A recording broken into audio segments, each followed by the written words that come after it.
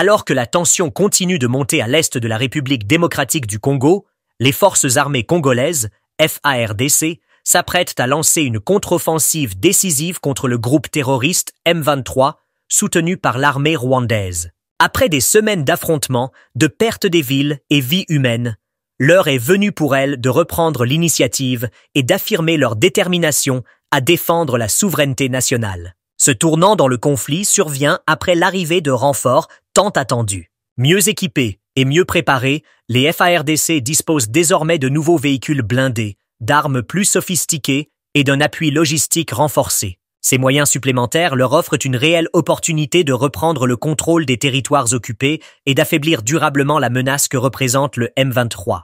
Mais au-delà de la puissance militaire, c'est la stratégie qui fera la différence. Connaissance du terrain, anticipation des mouvements ennemis, opérations coordonnées, chaque décision est cruciale. L'armée mise sur une approche rigoureuse, alliant renseignement et précision, pour minimiser les pertes et maximiser l'impact de ses actions. En parallèle, une offensive diplomatique vise à sensibiliser la communauté internationale au rôle du Rwanda dans l'instabilité de la région. Pour les populations locales, cette opération représente un espoir, mais aussi une source d'inquiétude. Prises en étau entre les combats, elles aspirent à un retour à la paix après des années de violence. Chaque jour sans solution aggrave leur souffrance et les appels à l'unité résonnent plus que jamais, aussi bien au sein des forces armées que dans les différentes communautés du pays. Avec cette contre-offensive, les FARDC entendent non seulement restaurer l'ordre, mais aussi envoyer un message fort. La République démocratique du Congo ne cédera pas face aux forces qui menacent son intégrité. L'enjeu est immense, et l'issue de cette bataille pourrait bien déterminer l'avenir de toute la région. Aujourd'hui, plus que jamais, la détermination des soldats et le soutien de la population seront essentiels pour entrevoir une lueur d'espoir au bout du tunnel.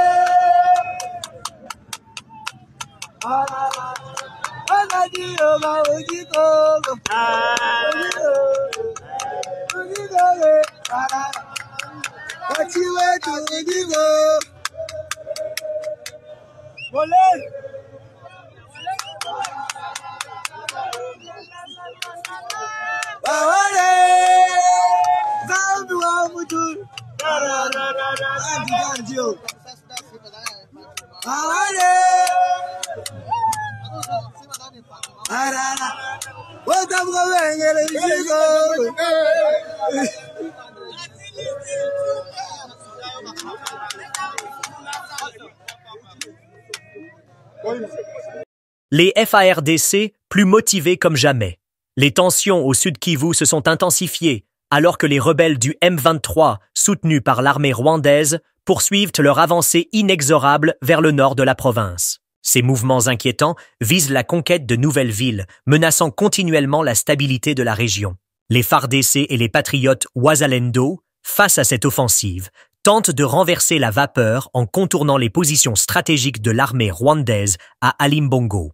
Cette manœuvre audacieuse conduit les forces congolaises à attaquer les bases arrières rwandaises à Lubango, symbolisant un changement potentiel dans les dynamiques du conflit. Les affrontements font rage dans le nord de la province du Nord Kivu. Les rapports locaux évoquent des combats qui commencent à 4 heures du matin, ce mardi 18 février, où les forces armées de la RDC, les FARDC, s'engagent dans des confrontations directes avec les rebelles du M23. Ces échanges de feu se déroulent à Mambasa, situé à environ 100 km de Butembo et à 60 km de Lubero-Centre, témoignant de l'escalade de la violence et de l'incertitude qui en découle. Emportée par cette tourmente, la population locale commence à fuir. Des centaines de déplacés se dirigent vers la ville de Butembo, cherchant un refuge face aux assauts des rebelles. D'autres, inquiets et résignés, poursuivent leur route vers Beni, espérant échapper à la menace directe qui pèse sur leur existence quotidienne. Ce déplacement massif de population laisse présager des crises humanitaires encore plus graves si la situation ne se stabilise pas rapidement. Les habitants, souvent pris au piège entre les lignes de front, vivent dans la peur et l'incertitude, attendant avec espoir un retour à la paix et à la sécurité. Nord Kivu.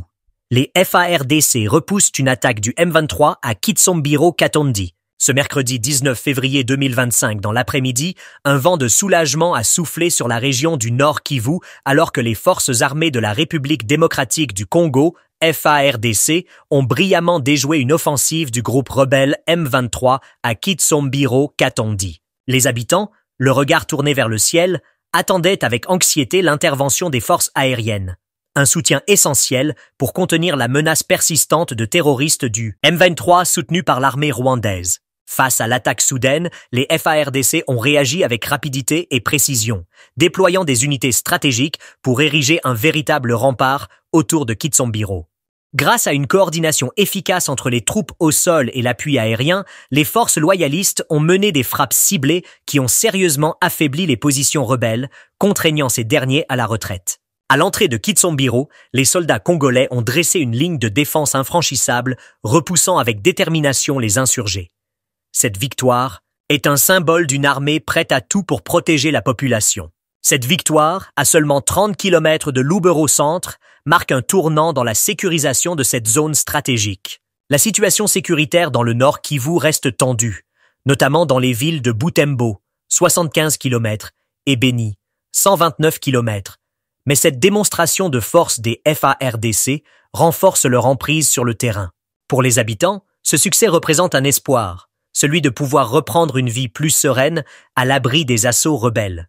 Cet affrontement rappelle aussi l'importance d'un soutien accru aux forces congolaises. Une surveillance aérienne renforcée et des moyens militaires supplémentaires sont nécessaires pour maintenir la pression sur les groupes armés et empêcher de nouvelles incursions. En définitive, la bataille de Kitsombiro est une preuve de la résilience et du courage des FARDC. Mais au-delà de cette victoire, la lutte pour la paix et la stabilité au Nord Kivu continue. Les efforts des soldats congolais méritent d'être soutenus et valorisés, car ils incarnent l'espoir d'un avenir plus sûr pour toute la région.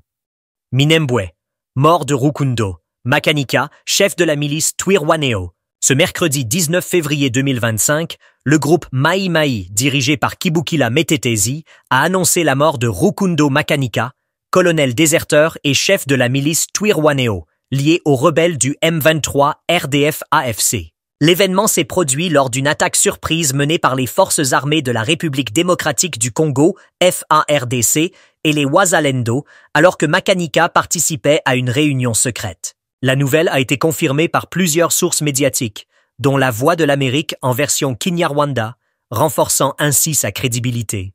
La disparition de Makanika marque un tournant dans le conflit qui secoue la région de Minembwe. Considéré comme l'une des figures centrales de l'instabilité locale, il était à la tête d'une milice accusée de violence contre les populations civiles. Sa mort suscite un profond soulagement parmi les habitants, longtemps soumis à la terreur imposée par ces groupes armés. Pour les FARDC, cette opération réussie illustre leur détermination à restaurer la paix et à éradiquer les menaces qui pèsent sur la région.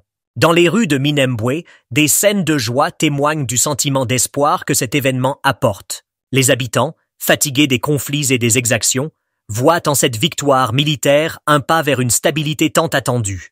La présence renforcée des FARDC et des Wazalendo est perçue comme un signal fort de la volonté des autorités de reprendre le contrôle et de protéger les civils. Toutefois, malgré cette avancée significative, la situation reste fragile. La disparition de Makanika ne signifie pas la fin des violences, et les FARDC doivent rester vigilantes face aux autres milices qui continuent d'opérer dans la région.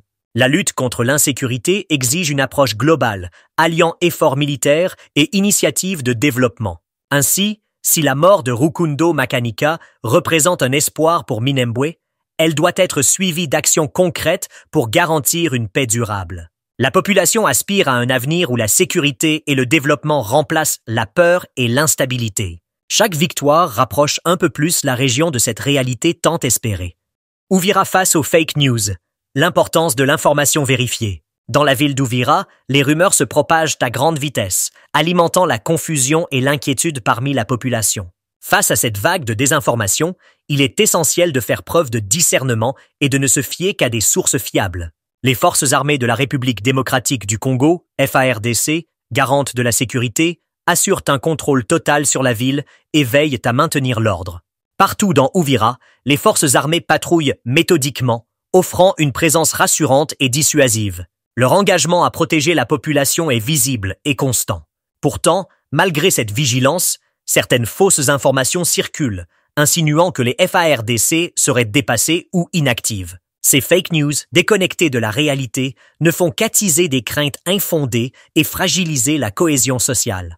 La société civile a un rôle crucial à jouer dans la lutte contre cette désinformation. S'informer auprès de médias fiables, vérifier les faits avant de les relayer et encourager une communication responsable sont autant d'actions essentielles pour préserver la stabilité de la ville. Soutenir les initiatives locales visant à diffuser des informations vérifiées est également un levier puissant pour contrer l'impact des rumeurs. En définitive, Uvira se trouve à un carrefour où le discernement collectif est plus que jamais nécessaire. Grâce aux efforts des FARDC et à une vigilance accrue des citoyens, il est possible de contrer la désinformation et de préserver la sérénité de la ville. Cultiver une culture de vérité et de responsabilité dans la communication est la clé pour garantir un avenir plus stable et apaisé. Merci de m'avoir suivi et n'oubliez pas de vous abonner. Merci.